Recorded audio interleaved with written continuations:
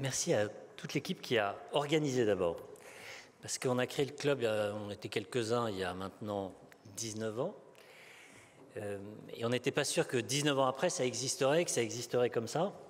Donc merci Elsa, merci Batoul, merci Salima, merci à tous et à toutes, et dire peut-être à toutes, peut-être plus même qu'à tous, si je comprends bien.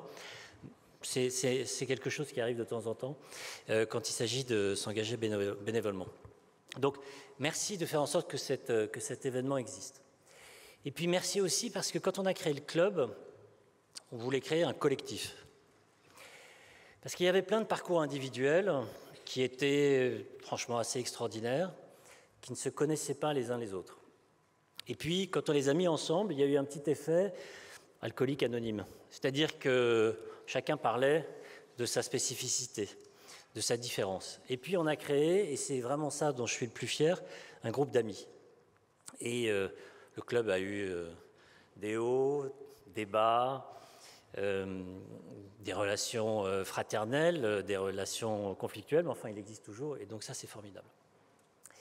Et en nous entendant, en vous entendant, en vous écoutant ce matin, je me suis dit c'est formidable, il y a un collectif, on est entre nous. Et je me suis dit aussi il y a un problème, parce que quand on est entre nous, en fait on oublie les autres. Et les autres sur ce sujet, c'est deux catégories de personnes très importantes. Les autres, c'est ceux qui ne sont pas arrivés ici, qui avaient d'une façon ou d'une autre les mêmes origines, les mêmes parcours, mais ils ne sont pas là. Ils ne sont pas là et ils ont un certain nombre de difficultés. Et ce que j'ai essayé de faire, le travail dont vous parliez, c'était avoir une vue globale du sujet, tout le monde. Et puis, ceux qui ne sont pas là, c'est ceux qui votent pour Marine Le Pen. Et ceux pour qui, nous, collectivement, on est un danger. On est un danger identitaire, on est un danger culturel, on est un danger social. Et je pense qu'il faut être très heureux d'être entre nous, mais il faut aussi être très conscient que ça ne suffit pas. Et pour que ça ne suffise pas, il faut penser global. Et pour penser global, il faut se dire comment quelques-uns ont réussi, c'était l'idée du club, montrer les réussites de l'intégration, montrer que la diversité est une chance pour la France, mais c'est aussi comprendre, et commencer par là, la diversité, c'est d'abord une différence. Et une différence, quand on arrive de loin, en fait, c'est pas facile. Et quand on regarde, quand on a une vision, encore une fois, holistique du sujet, qu'est-ce qu'on voit? On voit que la différence, elle est d'abord à l'intérieur des familles, les systèmes familiaux. La société française contemporaine, ce n'est pas la société sénégalaise ou malienne de Caïs contemporaine, ce n'est pas la société tunisoise contemporaine, ce n'est pas la société afghane ou irakienne contemporaine. Quand on arrive et qu'on est étranger, on n'a pas les mêmes valeurs. Et le principe de l'intégration, c'est que c'est un processus. Et la première étape du processus, c'est la désintégration.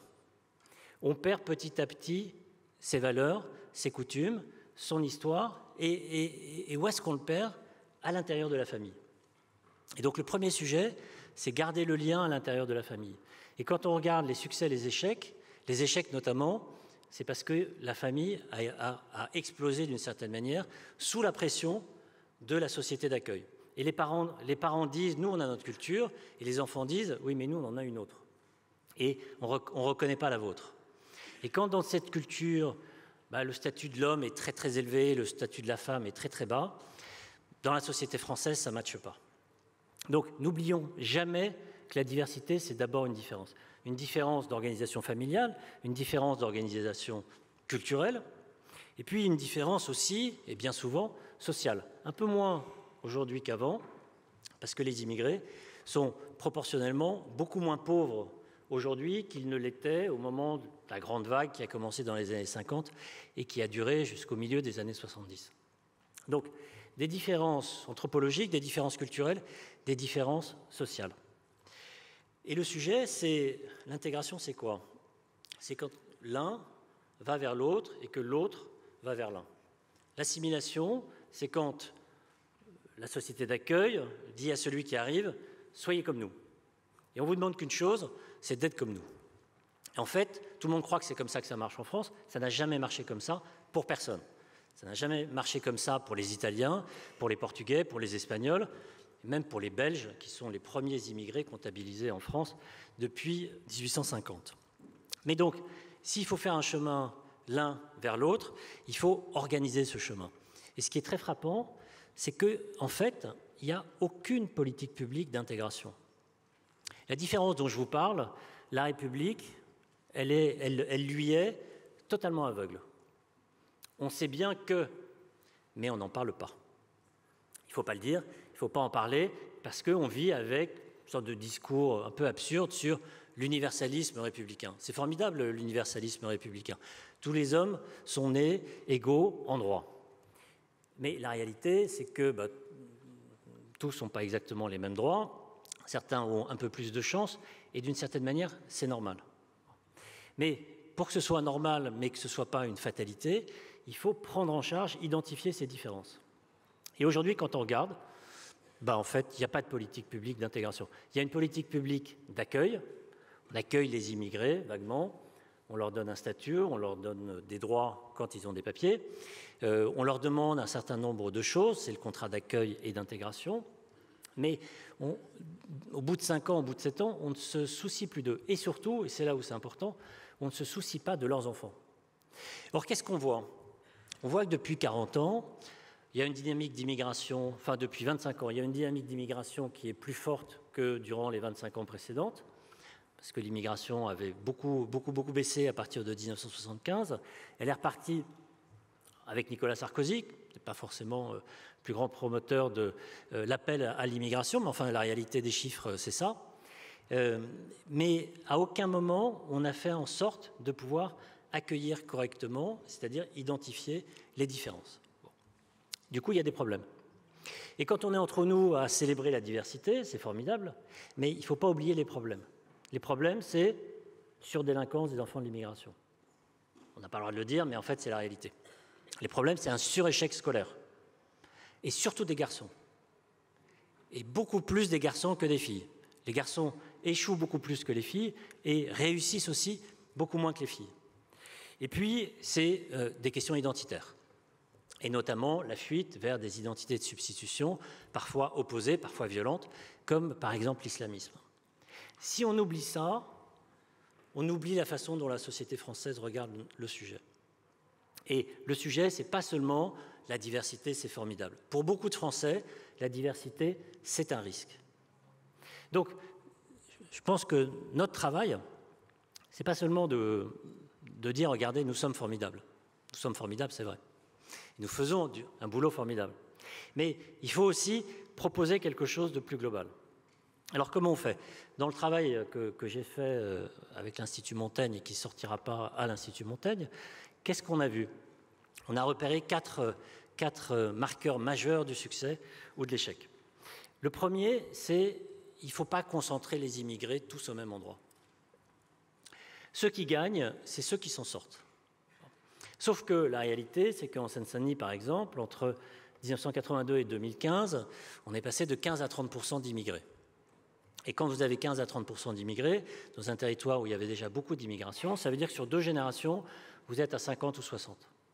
Et ça veut dire que dans les territoires les plus modestes, populaires de la Seine-Saint-Denis, vous êtes à 80.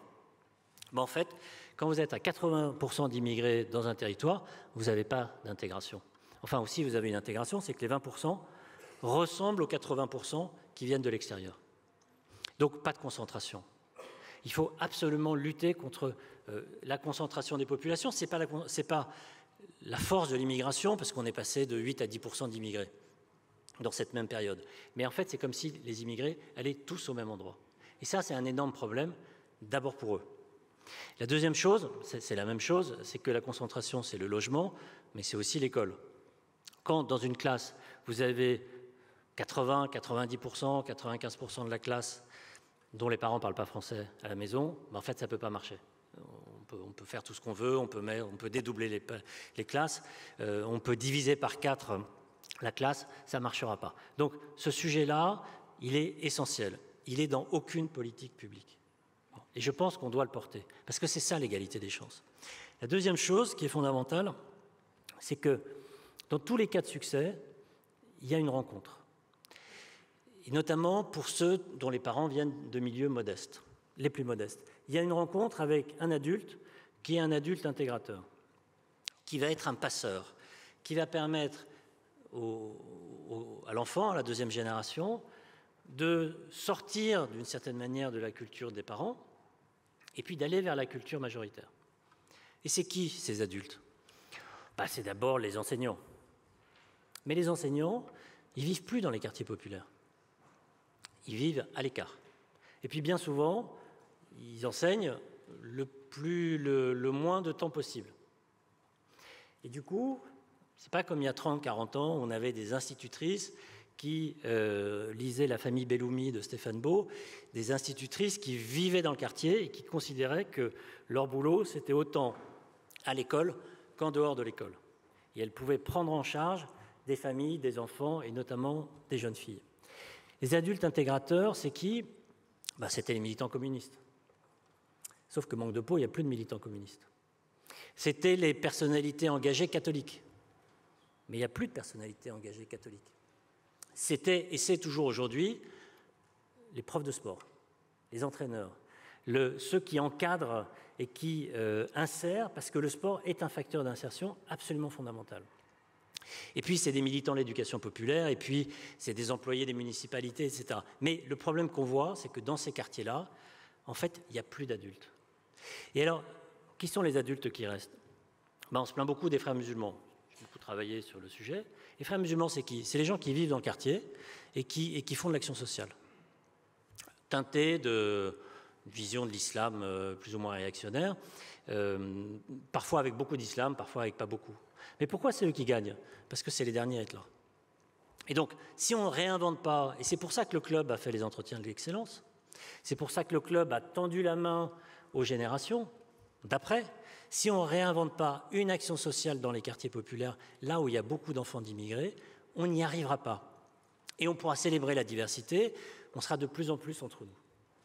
Et puis la dernière chose, elle est paradoxale. C'est que ceux qui réussissent, c'est ceux qui sont protégés par les communautés. Regardez les Portugais. Les Portugais, ils ne font pas plus d'études que les Algériens, ils en font même beaucoup moins. Mais ils sont organisés dans une communauté portugaise qui ne dit pas son nom, mais où il y a des clubs de sport, où il y a des bars, où il y a des églises, où il y a des mouvements qui sont organisés entre le Portugal et la France, etc. Et pourquoi la communauté est importante?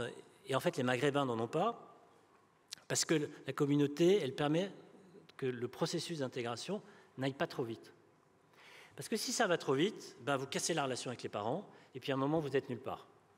Et quand vous êtes nulle part, vous êtes prêt à faire n'importe quoi. Les communautés, les Portugais, les Asiatiques, ont des performances scolaires exceptionnelles, bien meilleures que celles de la moyenne nationale.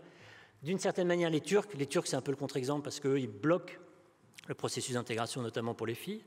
Mais ces communautés-là empêchent les jeunes de partir à la dérive, en tout cas certains jeunes de partir à la dérive. Et donc, dans la politique publique, il faut des associations parce qu'il faut des adultes, mais il faut aussi aider à structurer ces communautés. Et le paradoxe, c'est le communautarisme dont on affuble les Maghrébins. En fait, les Maghrébins, il y a du communautarisme qui est une sorte de néo-identité, et il n'y a pas de communauté. Donc, si on veut travailler, et je pense qu'il y a beaucoup à faire du côté des entreprises, et pas seulement mesurer, une fois qu'on a mesuré, il faut agir.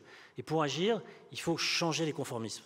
Parce que le problème, le vrai obstacle de la diversité, c'est le conformisme. Si on veut agir, et j'ai fini, il faut avoir une vision globale. Il n'y a pas aujourd'hui en France de politique d'intégration. C'est une problématique dont on parle tout le temps, dont l'extrême droite s'est saisie depuis bien longtemps pour dire que ce n'était pas possible parce qu'ils n'étaient pas comme nous. C'est absolument pas vrai. On a plein d'exemples qui montrent le succès de l'intégration, mais ce succès pourrait être beaucoup plus important si on avait identifié les vrais problèmes et si on acceptait de dire qu'il y a des problèmes parce qu'il y a des différences, et c'est normal, et qu'ensuite on se donnait les moyens de traiter ces problèmes. Et je pense que c'est pour le club un combat d'avenir. Voilà, merci.